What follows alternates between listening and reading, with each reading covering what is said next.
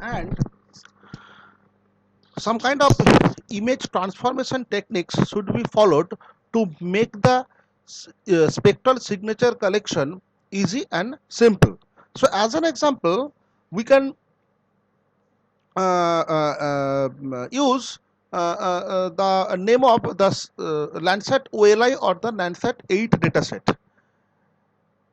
To collect the spectral signatures from this the Landsat 8 in the mode of FCC, we cannot easily collect the spectral samples from the training site, and we have to transfer this image from RGB space to IHS space, and then that IHS space again should be transferred to RGB space, and this kind of spectral transformation can reduce the data dimensionality, and after this the spectral sample selections will be so easy. So alike this, in case of the hyperspectral image, such problem can also be caused. There is another important thing, that for classification accuracy, the ratio of number of training sample and to the number of band should be minimum. That means there should be some minimum value of the ratio between the training sample or the number of training samples and the number of the bands. But in case of the hyperspectral image, the users are compelled to take increasing amount of the training samples to match the band count, which has an effect on the classification accuracy. So, in case of the hyperspectral imagery, if you want to go for the classification technique using the simple supervised classification approach, then you have to collect numbers of spectral signatures using the numbers of training samples, and this kind of huge amount of the training samples will affect the classification accuracy, and that is not needed. So in this respect, alternative classification techniques should be followed for hyperspectral imagery. Now, let's come for the processing of the hyperspectral data. The processing of the hyperspectral remote sensing data is quite different from that of the multispectral data or the other superspectral data set. The sensors which are operational within the optical domain, hyperspectral image is one of them, and quite unique in nature. Unlike the multispectral dataset, this hyperspectral image needs some special processing strategies and high computational system. And the hyperspectral data processing strategies have been propounded by Vandermeer, who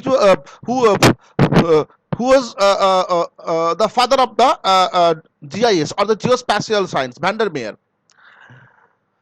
So the entire process of hyperspectral data processing can be grouped into three broad categories, like pre-processing stage, processing stage, and the pre-processing stage, the processing stage, and the data analysis stage, or the feature extraction stage. And this kind of the data processing steps can be summarized using some diagrammatic output, like this is the overall processing steps of the hyperspectral image dataset. Firstly, we should use the pre-processing stage, under which we can follow the atmospheric correction processes. And after this, under the processing stage, there are four statistical techniques like MNF transformation, pixel purity indexing, n-dimensional visualizer, and the spectral mixture analysis. And after this, the image classification can be done for the feature extraction or for the information extraction. So, what is pre-processing or under pre-processing, which will come? The pre-processing stage consists of the converting of raw radiance value to at sensor radiance value. So, in this pre-processing stage, we just convert the raw radiance value to the at sensor radiance value, and after this, radiance to reflectance transformation should be done. So After that kind of raw radiance to at sensor radiance conversion, the at sensor radiance is converted to ground reflectance by removing the effects of the external factors like the topography, solar irradiance and the atmospheric effects. And lastly, the refined data sets are statistically processed for information extraction. So again, I would like to say that in the pre-processing stage, the raw radiance are converted to at sensor radiance, and after this, the at sensor radiance is converted to ground reflectance by removing the effects of external factors like topography, the solar irradiance and the atmospheric effects. And lastly, that refined data set are statistically processed for information extraction.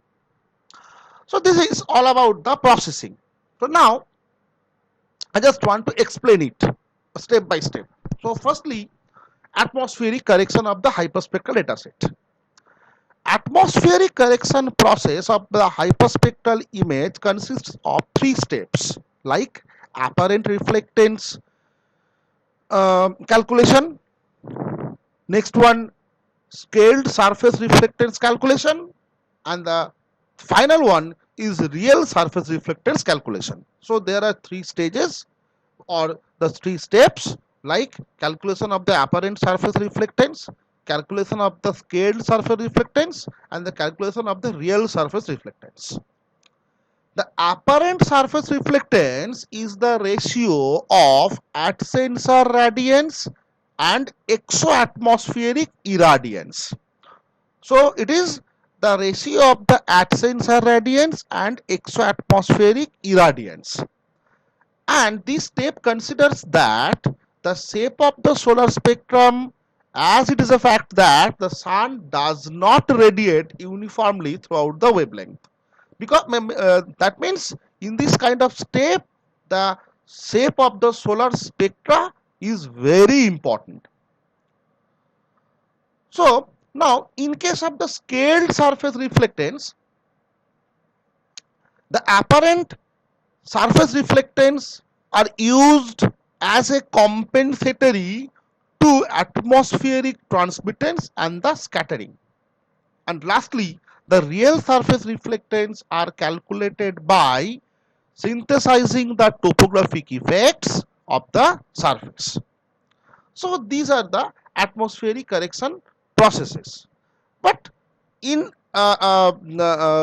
reality, we can use different kinds of software programs like ATREM, ACORN, Flash, etc.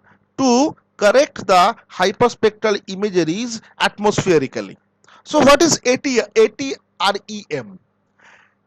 It is the abbreviation of Atmosphere Removal Program, and it is a software program developed by the University of Colorado, and this type of algorithm or this type of programs just removes the atmospheric absorption effects from the satellite dataset or the hyperspectral image dataset.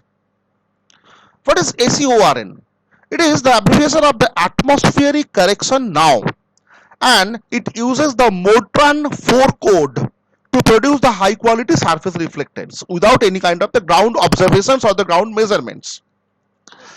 And lastly, the Flash is very useful and very common atmospheric correction algorithm used by ENVI, and it is the abbreviation of the fast line of sight atmospheric analysis of the spectral hypercubes, and it uses the atmospheric properties such as surface albedo, surface altitude, water vapor column, aerosols and the cloud optical depths, surface and atmospheric temperatures from the dataset. And all this kind of models are run by the softwares, and